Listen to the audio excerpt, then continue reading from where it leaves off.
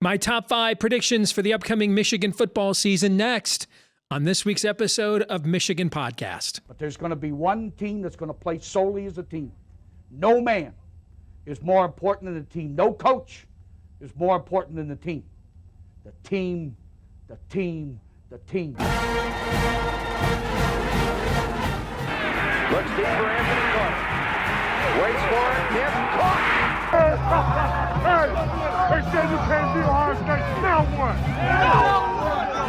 Brady gets terrific. Throws it.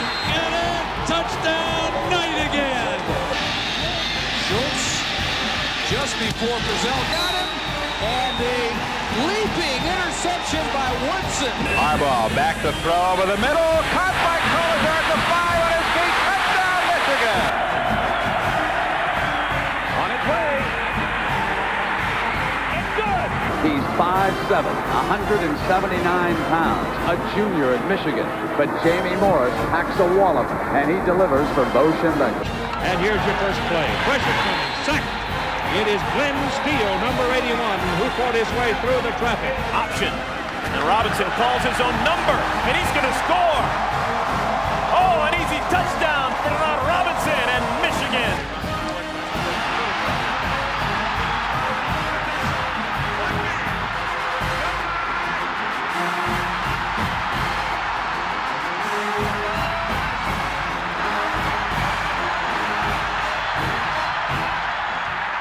We're going to win it.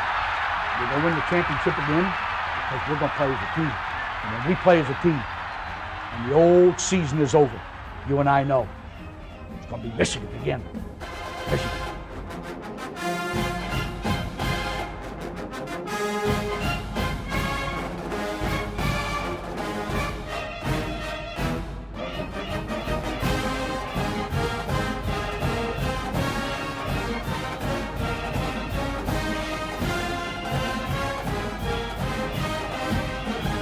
Go Blue, I'm Steve Deace. Welcome to this week's episode of Michigan Podcast. We will talk to Mark Rogers, the one and perhaps only rational Buckeye that we know, coming up later in the program for his take. But let us begin with mine. Folks, Michigan is opening fall camp on August 1st, according to Coach Jim Harbaugh. That means the season begins in earnest in less than 60 days. We are under 50 days until Big Ten football media days. It is just around the corner. So let us go on the record, shall we? Here are my top 5 big picture predictions for the upcoming Michigan football season. Number 1, J.J. McCarthy will actually be Michigan's highest finisher in the Heisman voting. I think you're going to see defenses which mystifyingly kept safeties back against Michigan's rushing attack most of last season. I don't think you will see that this year. I think you will see teams try to emulate what TCU did in the bowl game. I think JJ will be more developed, will be more ready for it. Michigan will run more RPO. And I think you're going to see Michigan also try to rest Blake Corum. He had 247 carries just in the first 11 games and change. I don't think he'll have that unless we go far into the postseason. I think you'll see Harbaugh rest him some more. They'll have Donovan Edwards sharing carries as well. A lot of open space for J.J. McCarthy, and I think he will take advantage of it. Probably break every meaningful Michigan school record in passing, which frankly, given Michigan's stature as a program, a lot of those records are pretty anemic by the standards of a lot of other programs that Michigan is in the peer group with or aspires to be. But I think J.J. McCarthy takes advantage of those monster openings for a monster season. Last year, Michigan ran the ball about 63% of the plays. This year, I think that number is going to drop to about 59 or 58. And you're going to see J.J. McCarthy, I think, make a lot more big plays as well. Number 2, Colston Loveland, I think, is going to be Michigan's top receiving target this season. The young tight end out of Idaho was already the first player that we have seen Michigan truly throw 50-50 balls to in the Harbaugh era. It's just kind of not Michigan's thing, but it became their thing with Colston Loveland, including in the Big Ten championship game last year. And I think with more experience and A.J. Barner coming in from Indiana for a lot of 2 tight end sets, I think he's going to be a lot more involved in the offense and a complete matchup nightmare. I think he'll be Michigan's leading receiver. Number 3, Coastal Carolina transfer Josiah Stewart is going to end up leading Michigan in sacks. And for the second straight year, The Wolverines are going to have more sacks as a team than they did the year before, so that means they're going to have at least 38. Now, when I made this prediction last year, a lot of you thought I was nuts. There's no way they're going to have more sacks without Aiden Hutchinson than they did with him and David Ojabo. But I just thought Michigan would be better overall, would be in even more blowouts. More teams would have to be in obvious passing situations, and I think the same thing will happen this year. But I think with the addition of Josiah Stewart to go along with people like Braden McGregor, Jalen Harrell, and others, I just think that they're even deeper now in terms of rushing the passer than they were a year ago. I think Derek Moore will take a big step up here in year 2 as well. But I think Josiah Stewart is the guy most ready to come off the edge, similar to what James Houston has done for the Lions as a situational pass rusher. I think you'll see Josiah Stewart do that for Michigan this year. Number 4, Michigan will be a finalist for the Joe Moore Award for the best offensive line in the country again, but will not win it for a 3rd consecutive year, which could, I think, be a good thing. I mean, Michigan deserved to win it the last 2 years, and then those offensive lines came out in the 2 bowl games and played their worst games of the season. Now, the first year against Georgia's, generational defense was to be expected. What happened last year against TCU was not. So maybe it'll be some much-needed extra motivation heading into the postseason for Michigan, rather than, hey, what more can you accomplish other than winning the Joe Moore Award? Well, this time I think the Wolverines will be a finalist but won't win it. And then finally, for number 5, Michigan will beat Ohio State and make the college football playoff for a 3rd straight year. And for the 2nd straight year, there will be multiple Big Ten teams in the college football playoff. That's my mistake there. That should read multiple Big Ten teams in the college football playoff. Now, you may have noticed there, though, that it doesn't say that Michigan will win the Big Ten again. To find out what I mean by that when my preview comes out later on in July. But I do think there will be multiple Big Ten teams again in the college football playoff, and Michigan, after beating Ohio State, will be one of them. Well, let's find out what Mark Rogers thinks, the voice of college football. We'll get his take in a moment.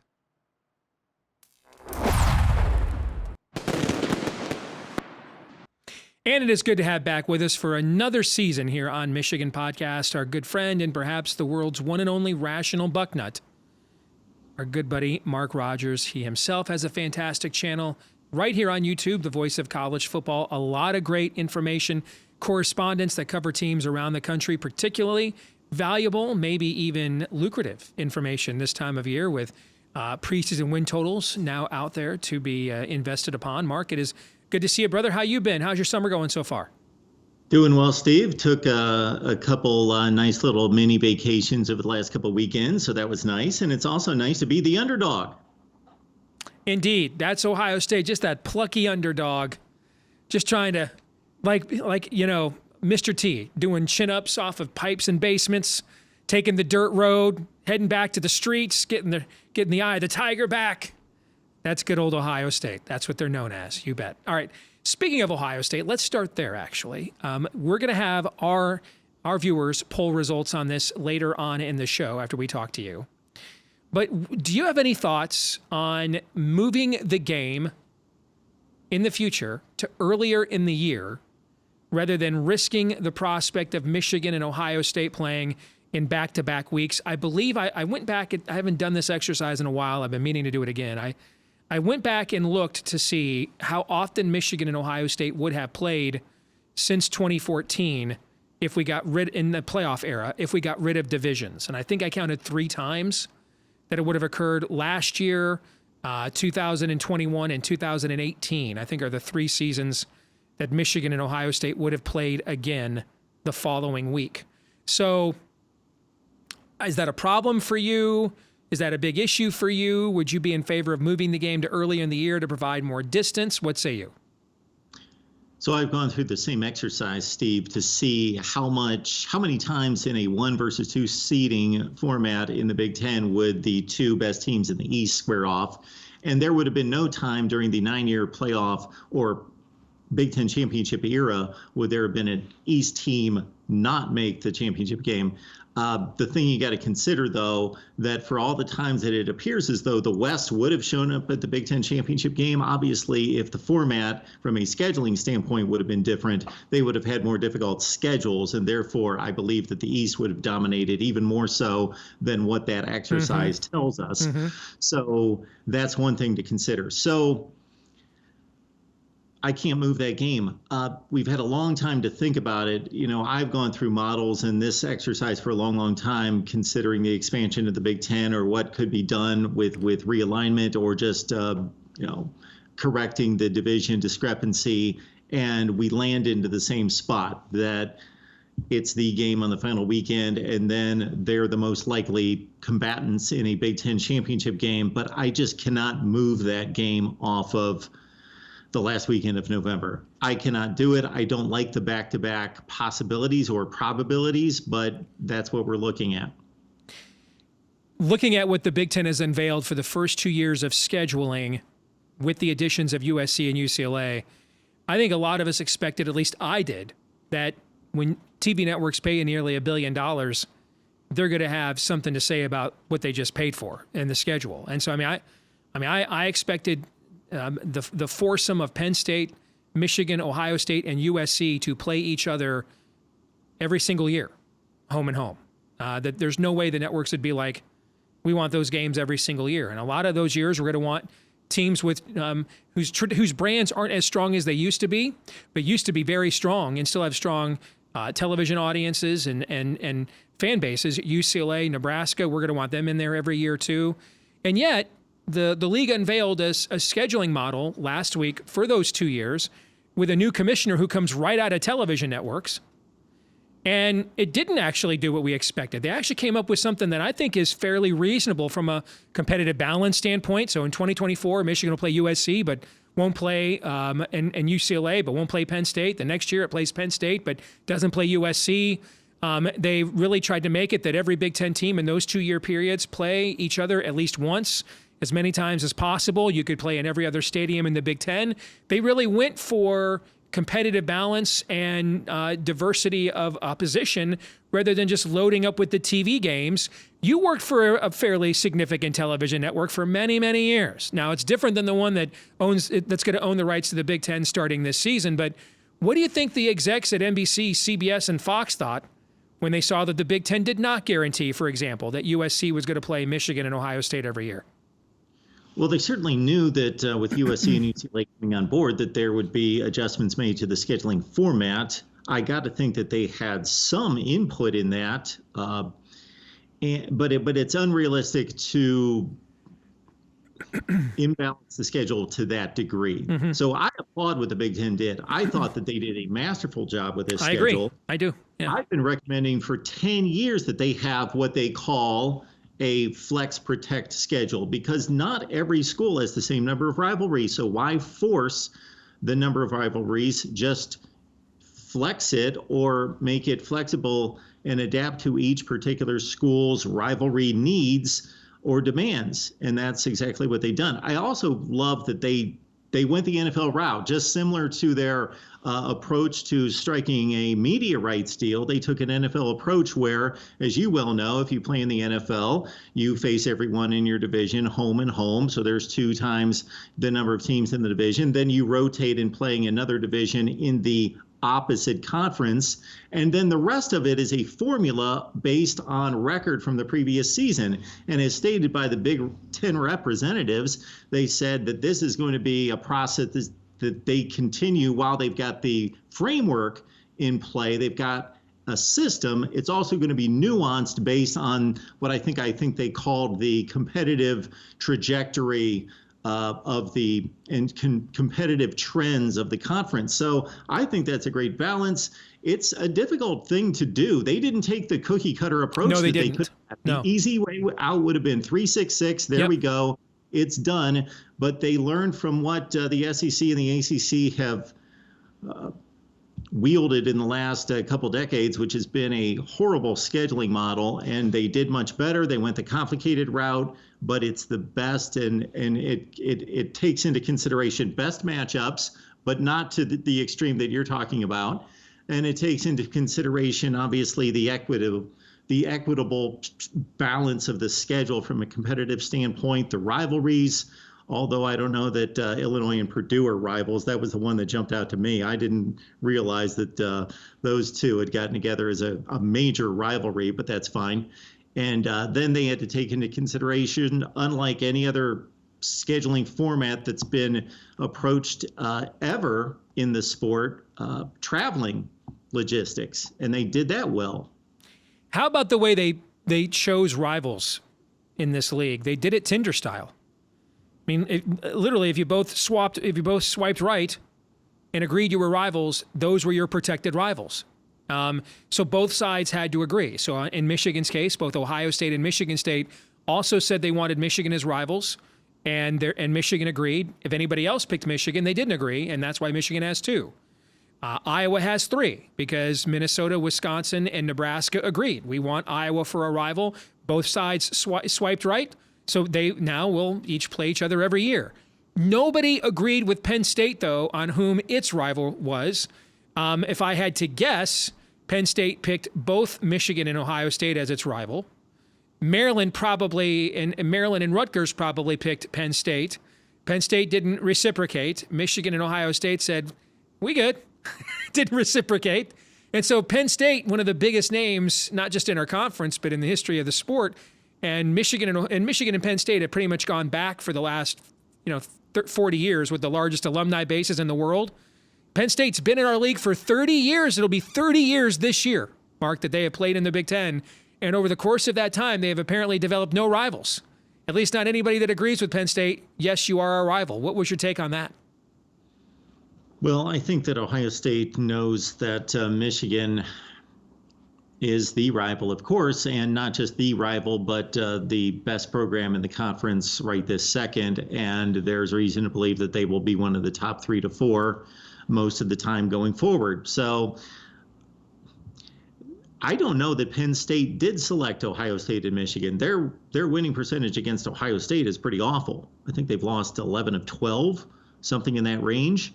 I don't know which way they went in regards to trying to protect their record and their playoff possibilities versus selecting the most attractive games. But I think the conference is more concerned with that, although there is a portion of that affects, obviously, ticket sales tremendously, season ticket sales. And I think we've seen that across the country. But the playoff and the TV money completely obliterates that in comparison. So that's the number one consideration. And I don't know what Penn State determined, but I got to think that they didn't even make those choices. All right, let's get to my top 5 predictions for the upcoming Michigan football season. I know you've had a chance to review them. I shared them with the audience before you came on. Is there 1, 2, all of them that stuck out to you or that you were the most vehemently against? Prepared for all of them, so I'll be brief.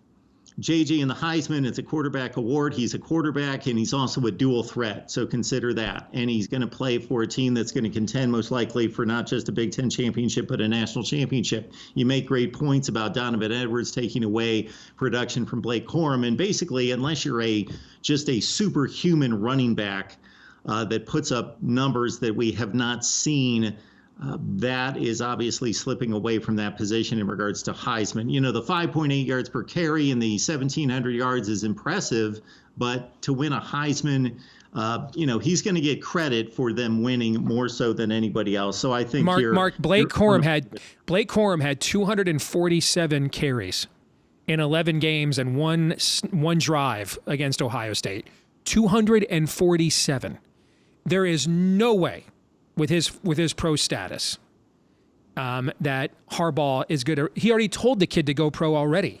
It's just his knee was not going to be ready to for the combine and scouting season, so he came back. There's no way they're running him that much again with his NFL future lying in front of him. He's not running 20 times against East Carolina. He's not running 20 times against Nebraska unless he has to. You've got Donovan Edwards there, who played with 2 injuries, a broken hand and a broken patella.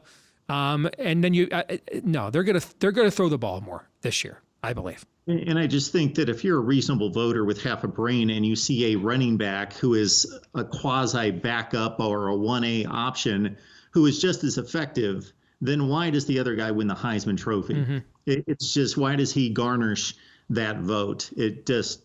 I think it's extremely unlikely. And like you say, J.J. McCarthy is the choice there. So I completely agree with that. In terms of Colston Loveland, he impressed all of us down the stretch. He's a more athletic tight end than I think the great tight ends that they've had in recent times. Yep.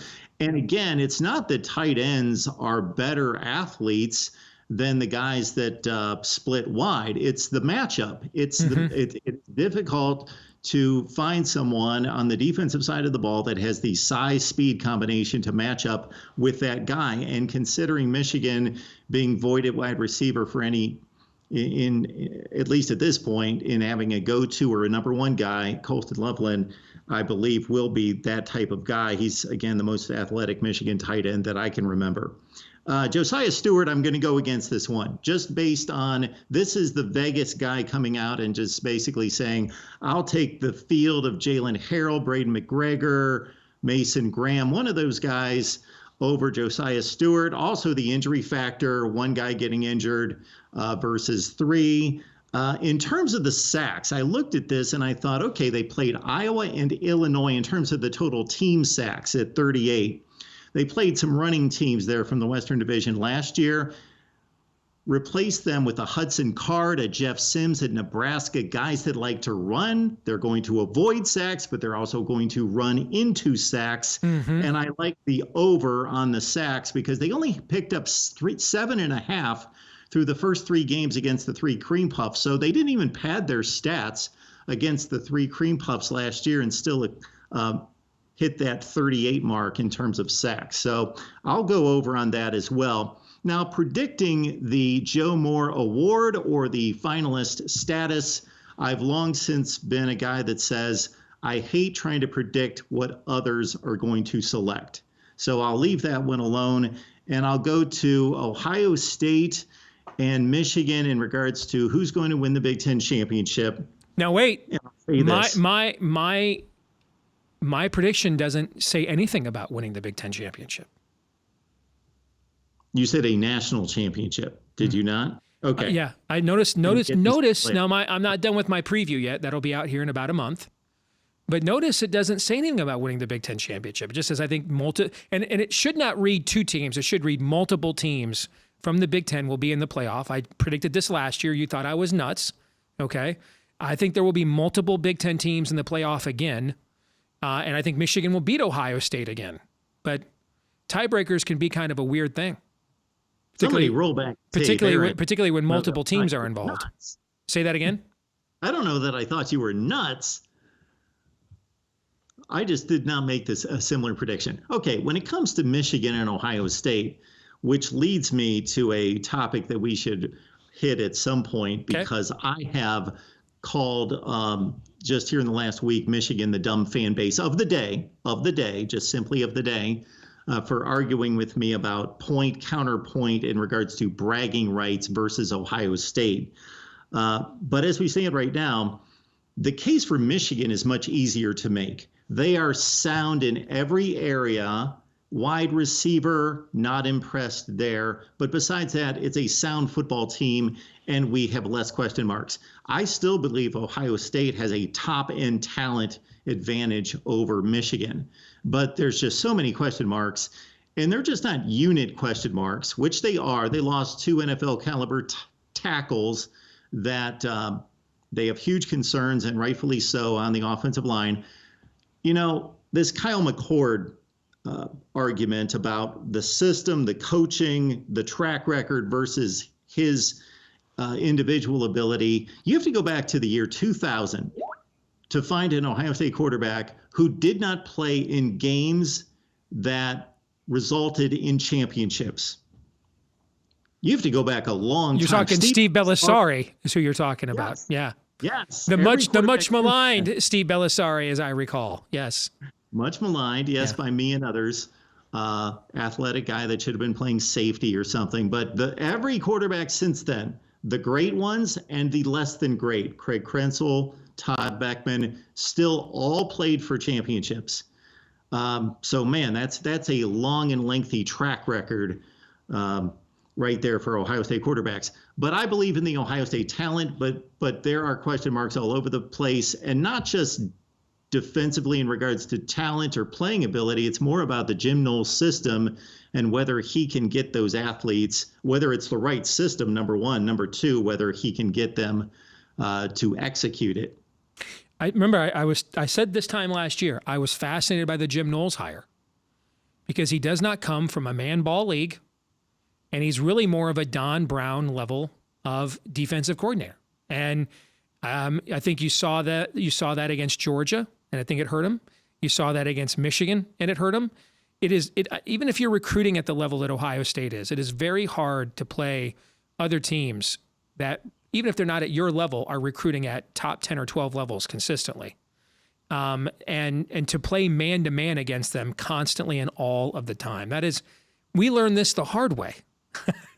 All right, at Michigan under Don Brown. It is, and the pattern that you'll usually develop is against the teams that you are physically better than. I mean, your defensive numbers will look like a video game. I mean, they'll be 3 of 14 on third down. All right, they'll have 160 total yards, maybe even less than 100 total yards a couple of times. I mean, you will just absolutely physically man-to-man against the teams that you are individually better than, clearly. It will look like a video game, and Don Brown did that. When you get up against teams that recruit at or above your level, though, you cannot play that level of man-to-man. Michigan learned this the hard way, and I thought Ohio State learned that last year under Jim Knowles. It continues to concern me. He had one big year at Oklahoma State. Otherwise, he had a couple seasons prior to where they had top 25, 35 defenses in that league against that competition that I do not believe to be the Big Ten, even though it's more wide open. And before that, he fielded poor defenses at Oklahoma State for a few years. And if Ohio State wasn't otherworldly on offense, they would have lost to Maryland and Penn State as well. Final question. If Ryan Day loses to Michigan again, is he in trouble, or does it matter what it looks like?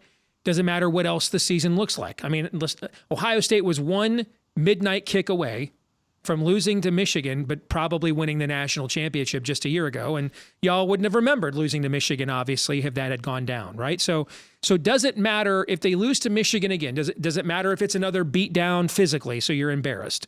Does it matter if, hey, by tiebreakers or what have you, Ohio State goes on and wins the Big Ten championship and makes the playoff, and so that loss is diminished in terms of some of its sting? Or is it just you can't lose to them 3 times in a row, period? Where are things at right now with your fan base? Us old-timers, Steve, we remember, regardless. Yes, the national championship would have been nice, though. 11-1 with the loss to Michigan. There's no way he gets fired, but I think he places himself and what the fans believe about a hot seat versus what's actually going on, of course, are two different things. But I think that puts him in a place where it's really hot. It's really uncomfortable going into 2024. But if they go 9-3 and he loses to Michigan, maybe he gets fired. Yeah, I mean, you can't. This team's not going 9-3. I mean, this is a tougher schedule than they've had the last few years, man. But you've got, depending on where you look, anywhere from 7 to 9 top 100 NFL draft picks on this team. You're not going 9-3. You can't, right? You can't. At Notre Dame, all right, that's a tough place to play. At Michigan, tough place to play. Playing Penn State, those are the only 3 teams that I think have any chance of beating Ohio State. Well, they lost last year, and again, the Penn State and Maryland performances without Stroud and those receivers. Without a top 5 pick in the NFL draft at quarterback. Yeah, I hear you. So what you're saying is, how many games would they have lost last year if C.J. Stroud was just a guy at Ohio State playing quarterback? Is that what you're saying? So still really good, but not great. Still really good because of the system and his talent, but not great. Well, I think that Penn State defense was the most athletic in the Big Ten and just truly good. And they put up 44 points, and they had to. They were down with 8 or 9 minutes left. Yeah. Maryland took them to the final series. and they needed big-time offense in that game to get it done. And Kyle McCord, I expect to put up big numbers, but it's how he's going to perform in the fourth quarter of about 3 or 4 games that is going to show his worth and value. Great stuff as always, my friend. Good to see you. Thank you for joining us. Thanks, Steve. Appreciate it. You bet.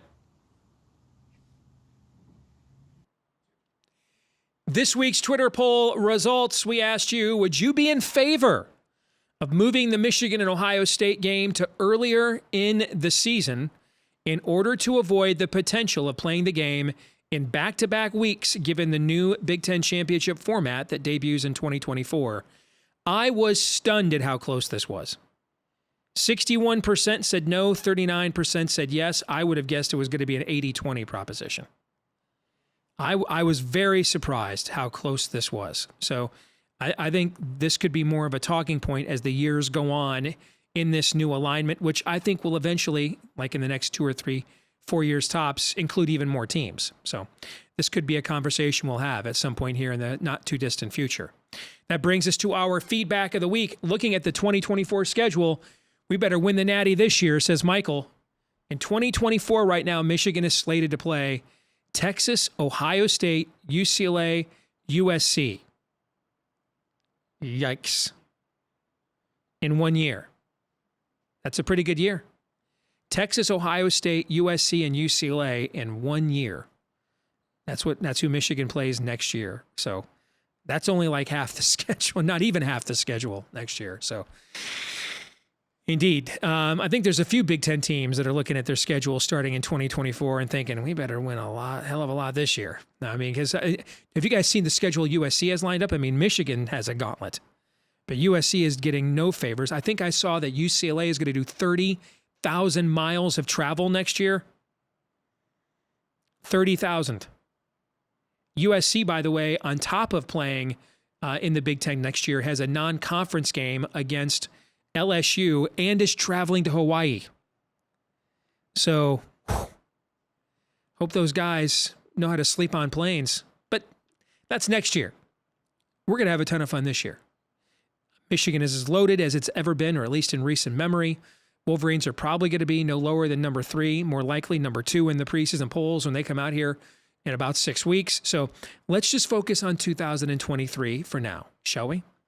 And we'll do that again when we see you here in 2 weeks. A new episode of Bigger 10 coming your way on the channel here next week.